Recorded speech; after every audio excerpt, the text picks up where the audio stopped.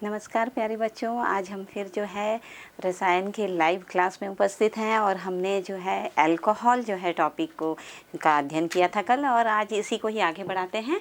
Alcohol के हमने 2 प्रकार के अभिक्रियाएं देख चुके हैं। अब हम जो है तीसरे प्रकार की अभिक्रियाएं देखेंगे। ऐसे अभिक्रिया, ऐसे रिएक्शन जिनमें पूरे अणु जो है, अल्कोहल के अणु जो है भाग लेते हैं।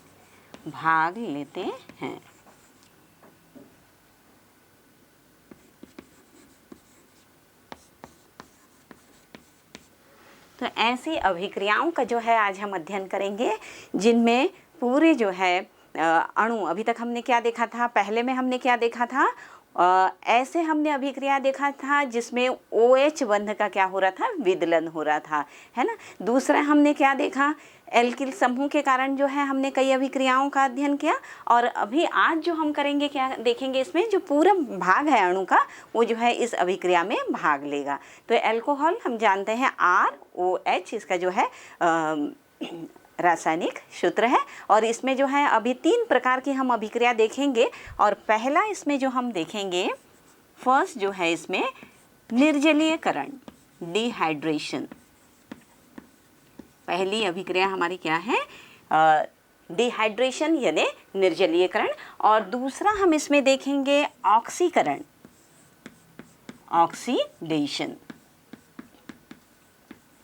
और थर्ड जो अभिक्रिया हम इसमें देखेंगे, तीसरी जो अभिक्रिया हम इसमें देखेंगे, विहाइड्रोजनीकरण यानी डिहाइड्रोजिनेशन, डिहाइड्रोजिनेशन। तो इन तीनों अभिक्रिया में हम देखेंगे कि पूरे अणु जो है, अल्कोहल के जो पूरे अणु जो हैं इसमें भाग लेते हैं और किस तरीके से डिहाइड्रेशन होगा और डिहाइड्रेशन होता क्या है, चलिए हम इसको देखते हैं। तो पहला हमारा जो है अध्ययन का हमारा जो है पहला टॉपिक हम देख रहे हैं वो है डिहाइड्रेशन। और डिहाइड्रेशन का मीनिंग जो है, निर्जलीयकरण क्या होता है, देखिए, जब भी किसी यौगिक से जल के अणु का निकलना, ठीक है, कोई भी यौगिक है उससे क्या होता है, यदि जल का अणु निकलता है, हम उस अभिक्रिया को क्या कहते हैं, निर्जलीयकरण कहते हैं। Elimination of water molecule from the compound is called the dehydration. और ये जो है निर्जलीयकरण में हम देखेंगे, डिहाइड्रेशन में देखिए किस तरीके से डिहाइड्रेशन, आपको एक लाइन यहाँ पर याद रहना चाहिए कि अगर ये अभिक्रिया हमको याद करनी है या इसके रिएक्शन याद करने हैं, सबसे पहले तो इसका मीनिंग ही जानना है। तो यहाँ जो है वाटर तो जो है आपका एलिमिनेट होगा, लेकिन वाटर जो है, पानी जो है ऐसे ही एलिमिनेट नहीं होता है, उसके लिए कुछ उपस्थिति जो है, निर्जल कारक की उपस्थिति होना अनिवार्य है। और डिहाइड्रेटिंग एजेंट जो यहाँ पर यूज़ होंगे ये क्या क्या हो सकते हैं, देखिए, कॉन्सेंट्रेटेड सल्फ्यूरिक अम्ल, कॉन्सेंट्रेटेड सल्फ्यूरिक अम्ल की उपस्थिति में ये काम हो सकता है। दूसरा ZnCl2, अनहाइड्रस ZnCl2, इनकी उपस्थिति में भी ये काम हो सकता है। तीसरा एल्यूमिना Al2O3, इनकी उपस्थिति में भी ये हो सकता है। और जो है यहाँ पर हम देखेंगे ZnCl2 हो गए, कॉन्सेंट्रेटेड सल्फ्यूरिक एसिड हो गए, एल्यूमिना हो गए, फॉस्फोरिक एसिड की उपस्थिति में भी डिहाइड्रेशन की क्रिया होती है।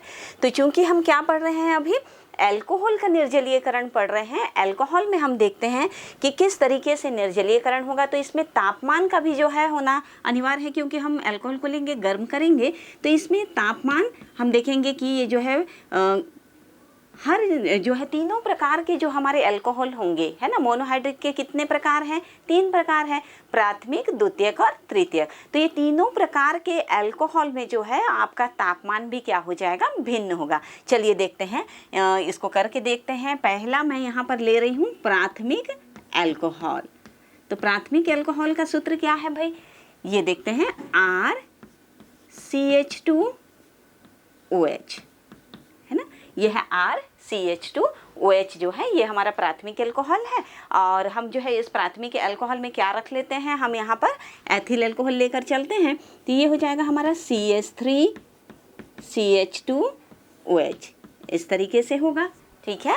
और जब हम इसकी जो है निर्जलीयकरण कराते हैं, जब हम प्राथमिक अल्कोहल का निर्जलीयकरण कराएंगे, तो हम यहाँ पर जो है निर्जल कारक किसका यूज़ कर देंगे, सांद्र सल्फ्यूरिक अम्ल, ठीक है। यहाँ पर क्या हो गया हमारा सांद्र सल्फ्यूरिक अम्ल लिए, और तापमान को भी हमारा बताना पड़ेगा। यहाँ पर हमारी तापमान जो है यह है 440 जो है केल्विन पर, ये हम लिख देते हैं यहाँ पर 550 जो है 400 जो है 53 जो है यहाँ पर हमारा जो है टेम्परेचर हमारा 43 कर देते हैं इसको, 443 ये हो गया हमारा 443 जो है केल्विन ताप पर जो है ये कार्य होगा। और इसमें जो है क्या होगा देखिए, वाटर मॉलिक्यूल्स निकलेंगे। तो वाटर जो है कहाँ से निकल सकता है, देखिए यहाँ का आपका एक H और यहाँ का OH, तो ये हो गया आपका H2O। अब हमारे पास शेष क्या रह गए हैं देखते हैं हम यहाँ पे, ये हो गया हमारा CH2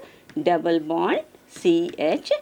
तो ये जो हमारे बने CH2 डबल बॉन्ड CH2, जहाँ आपके डबल बॉन्ड आते हैं वो आपके एल्कीन होते हैं, 2 है कार्बन, आप इसका नाम क्या दे देंगे, ईथीन या इथिलीन। तो ये हो गया हमारा। यदि हम प्राथमिक अल्कोहल लेते हैं तो तापमान हमारा क्या रहेगा, 443 केल्विन होंगे। कॉन्सेंट्रेटेड सल्फ्यूरिक एसिड आप यूज़ करेंगे, और वाटर मॉलिक्यूल निकलने पर हमारे क्या बन गए, यहाँ जल के अणु निकल रहे हैं क्योंकि निर्जलीकरण है, और हमारा बन क्या गया यहाँ पर CH2 डबल बॉन्ड CH2, यानी यहाँ पर ईथीन जो है हमारा बना। अब हम देखते हैं कि हम तो यहाँ प्राथमिक अल्कोहल लिए, चलिए अब हम देखते हैं कि द्वितीयक अल्कोहल लेने से क्या होगा। तो द्वितीयक अल्कोहल का क्या सूत्र है, तो देखिए हमने पढ़ा था, ये क्या है, हम यहाँ पर उदाहरण ले लेते हैं। द्वितीयक अल्कोहल का सूत्र होता है RCHOH। चलिए यहाँ उदाहरण लेकर कार्य करते हैं। CH3CH3CHOH ये हमने लिया, और यहाँ पर जो है निर्जल कारक तो वही रहेगा। हम यहाँ पर क्या ले लेंगे, सांद्र सल्फ्यूरिक अम्ल, हमने यहाँ सांद्र सल्फ्यूरिक अम्ल लिया, ठीक है। और जल का अणु यहाँ निकलेगा, तो वाटर मॉलिक्यूल्स यहाँ पर एलिमिनेट हुए, कहाँ से हो जाएंगे, देखिए यहाँ का एक H और यहाँ का OH। अब हमारे पास शेष क्या रह गए, ये हो गए CH3 है ना, ये हो गए आपके CH डबल बॉन्ड CH2। तो ये हमारे यहाँ पर बने और वाटर हमारा एलिमिनेट हुआ। अब यहाँ पर तापमान को हमको मेंशन करना बहुत ज़रूरी है। तो यहाँ पर बहुत उच्च तापमान था, 443 केल्विन था, और यहाँ पर जब हम लेते हैं, जब द्वितीयक अल्कोहल में देखेंगे ये 440 केल्विन पर ही ये कार्य करने लगता है, और यहाँ से जो है हमारे जल के अणु क्या हो गए, निष्कासित हो गए, एलिमिनेट हो गए। तो ये हो गया हमारा H2O। चलिए इसको देखते हैं, ये क्या है हमारा CH3CH डबल बॉन्ड CH2। तो यहाँ पर कितने हैं कार्बन, देखिए 3 है, नाम देते हैं इसको, ये क्या हो जाएगा, प्रोपीन हो जाएगा। इस तरीके से हम बताएंगे कि चाहे वो प्राथमिक अल्कोहल या द्वितीयक अल्कोहल हो, हमारा उत्पाद क्या बन रहा है, एल्कीन ही बन रहा है, लेकिन एल्कीन के अलग अलग आपके सदस्य बन रहे हैं। पहले में आपके एथीन बने और दूसरे में आपके प्रोपीन बने। चलिए अब हम देखते हैं कि यदि हम तृतीयक अल्कोहल लेते हैं तो क्या होता है, तृतीयक अल्कोहल। तो तृतीयक अल्कोहल का क्या सूत्र है, देखिए तृतीयक अल्कोहल का सूत्र क्या होता है, RCOH। ये है तृतीयक अल्कोहल का सूत्र। अब हम जो है सूत्र में आप डालिए, आपको लेना है, यहाँ पर हम ये अल्कोहल ले रहे हैं CH3CH3COH, ये हमने अल्कोहल लिया। और यहाँ पर ध्यान रखना है हमारा कॉन्सेंट्रेटेड सल्फ्यूरिक एसिड है, निर्जल कारक के रूप में यूज़ हो रहा है, तो आपने तो लिख लिया इसको। और जो है यहाँ पर जो तापमान हमारे यूज़ होंगे, ये है हमारे कॉन्सेंट्रेटेड सल्फ्यूरिक एसिड लिए, और तापमान हम जो है कितना ले लेंगे, 358 केल्विन। तो ये हमने ले लिया 358 केल्विन जो है यहाँ पर ताप होगा। यहाँ पर ये बताना भी ज़रूरी है कि यदि हम यहाँ सल्फ्यूरिक एसिड ले रहे हैं तो हम कितने % सल्फ्यूरिक एसिड यूज़ करेंगे। तो यहाँ पर आपका आएगा 95% जो है हमने यहाँ पर सल्फ्यूरिक एसिड लिया, और यहाँ पर जो है आप 10% कम कर दिए, दैट इज़ 85%। और यहाँ जो सल्फ्यूरिक एसिड आप ले रहे हैं 20% में ही यहाँ पर काम हो जा रहा है, और तापमान भी बहुत कम है। तो यहाँ पर देखिए कैसे आप एलिमिनेट करेंगे और आपके क्या बनेंगे। तो यहाँ आ जाएगा, ये यहाँ से एक H, यहाँ का OH, तो ये हो गए CH3, ठीक है, और ये हो जाएगा आपका C डबल बॉन्ड CH2। अब इसको देखिए कितने आपके हैं, 1 2 है ना, 3 और 4, और यहाँ हमारे क्या बन गए, ये हमारा हो गया आइसोब्यूटीन।